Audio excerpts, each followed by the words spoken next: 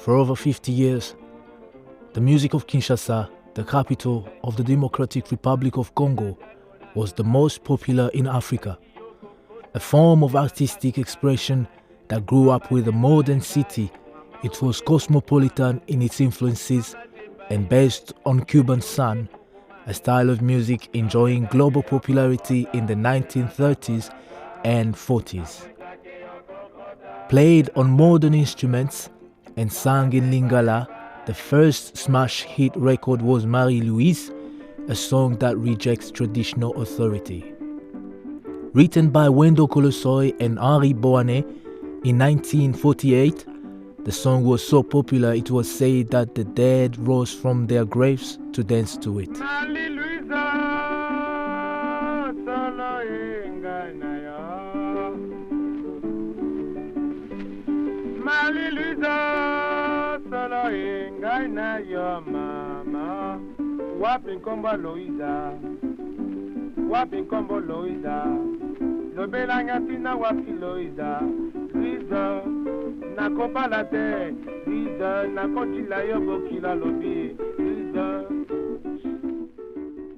Wendo was from the first generation of Congolese musicians who were also the first generation of urban residents.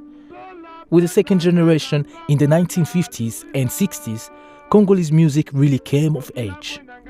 The icon of this period was Joseph Kabasele, band leader of African jazz. While the lyrics of Congolese music appear to be about love, their context is often political.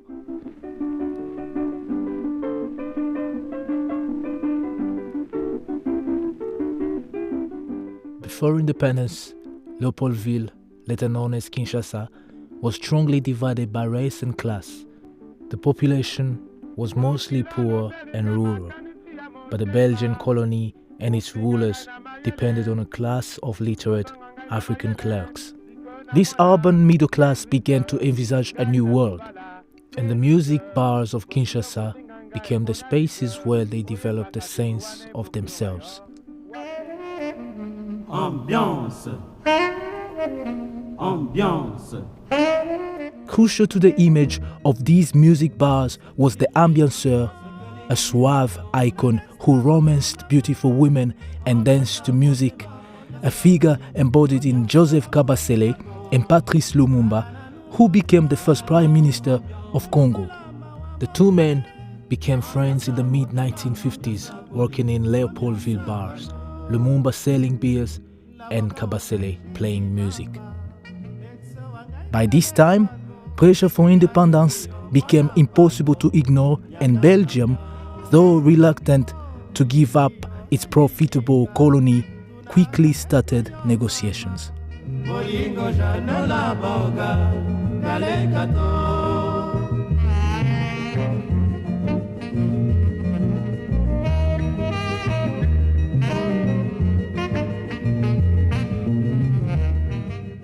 The importance of music was demonstrated during the negotiations for independence in Brussels, when one of Lumumba's diplomats proposed importing Kabasele and a group of musicians from the Congo to improve rapport. Petit Pierre and Brussels composed the song Independence Cha-Cha, which name-checked all the major negotiators with its upbeat melody, optimistic tone, and its incorporating of all major political parties. It stands today as an important reminder of hopes dashed.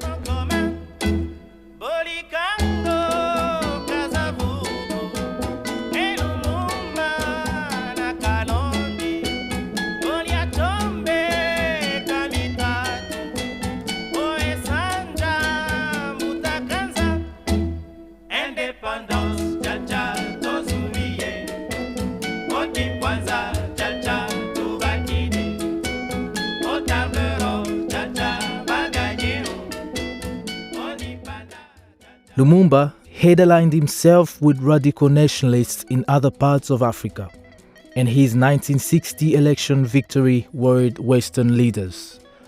They quickly moved against him, and within weeks he was assassinated by forces involving both Belgium and the CIA.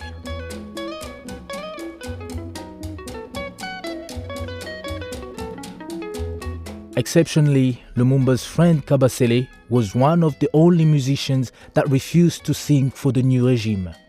Kinshasa's other great musical group of this era, Franco and OK Jazz, profited from the new setup, writing songs for Moïse Tshombe, briefly Prime Minister in 1964, and for General Joseph Mobutu, who seized power in 1965. In the years to come, music became an essential factor in the way politicians created and projected charisma. Those that had conspired with the West to bring down Lumumba now got rich and used their wealth to reinforce friendships with musical styles. Male vocalists sang in the persona of a woman, declaring love for a wealthy, well-connected man, usually a politician.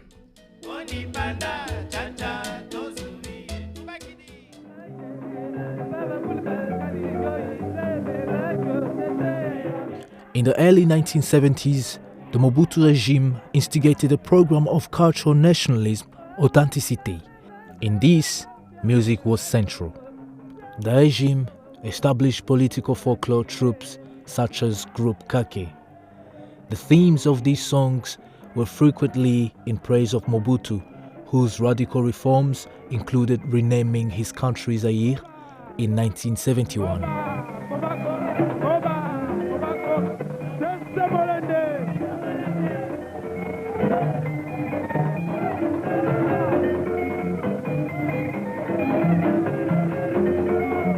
Another related phenomenon was the increasing use of music and dance performances by the citizenry in the late 1970s. School children and public employees were obliged to take part in daily 15-minute performances known as animation politique.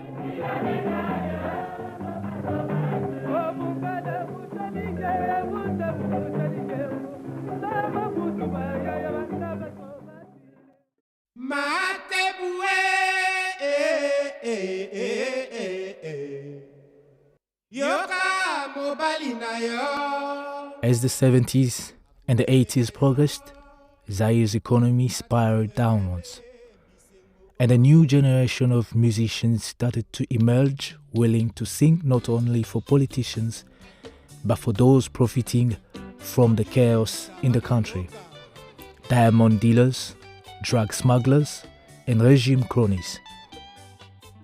Here, Congolese music giant Papa Wemba's band Viva la Musica sings a love song written by heroin trafficker and style icon Stervos Niarchos.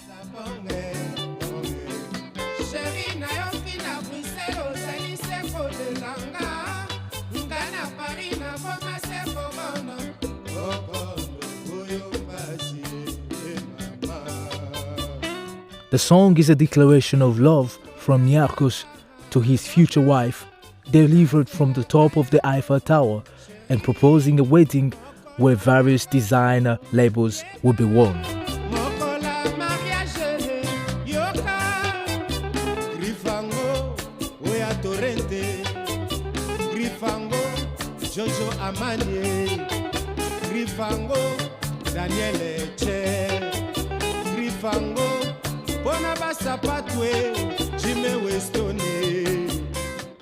The 1990s brought an escalation of the economic crisis, and with this, the trend of musicians singing love songs to powerful people for money became more formalized. Prices were established at around $5,000 for the whole song, and varying prices for simple name checks on a record. Recorded songs could include hundreds of names, spoken or sung wherever a musical gap allowed.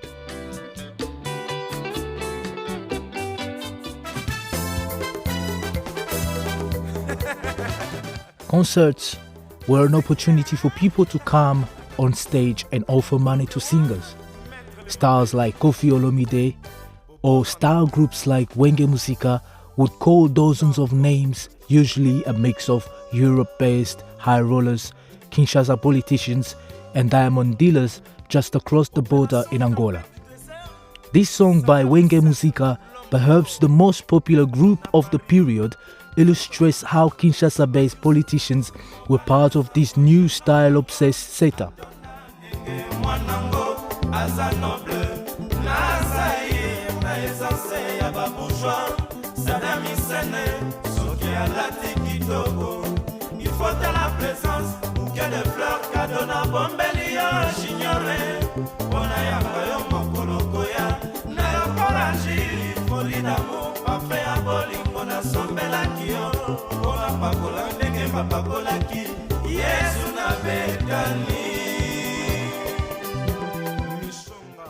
A love song for Kongulu Mobutu, son of the Congolese dictator. It uses his street name, Saddam Hussein.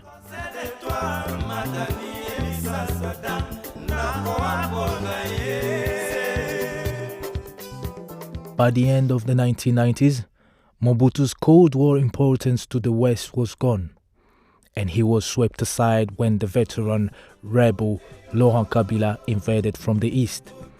A horrific civil war followed and continued into the next century. Some musicians managed to establish close ties with the new regime. Among the youngest stars were a son, leader of Wenge Musica Maison Mère, by then the most popular group with Kinshasa's young and poor, quickly associated himself with the regime, establishing a friendship with Laurent Kabila's son, Joseph. Werson sang in support of Kabila Jr. in the 2011 elections with this song, Chante Kabila. As Congo's terrible civil war rambled on, Laurent Kabila was assassinated in 2001. His son Joseph took over, negotiating a peace deal in 2002.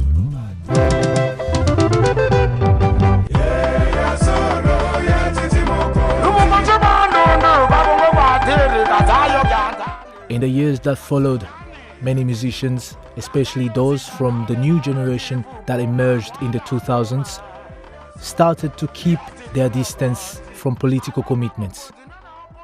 However, in the 2011 elections, one young star, stage name Bill Clinton, even risked performing for the opposition candidate Etienne Tshisekedi. Nevertheless, ties with politicians remain strong, and the records of Congolese musicians, even the youngest generation, are as ever filled with the praises of the powerful. Depuis longtemps que Papa Titi a combattu pour la démocratie et pour l'état des droits de tous les Congolais.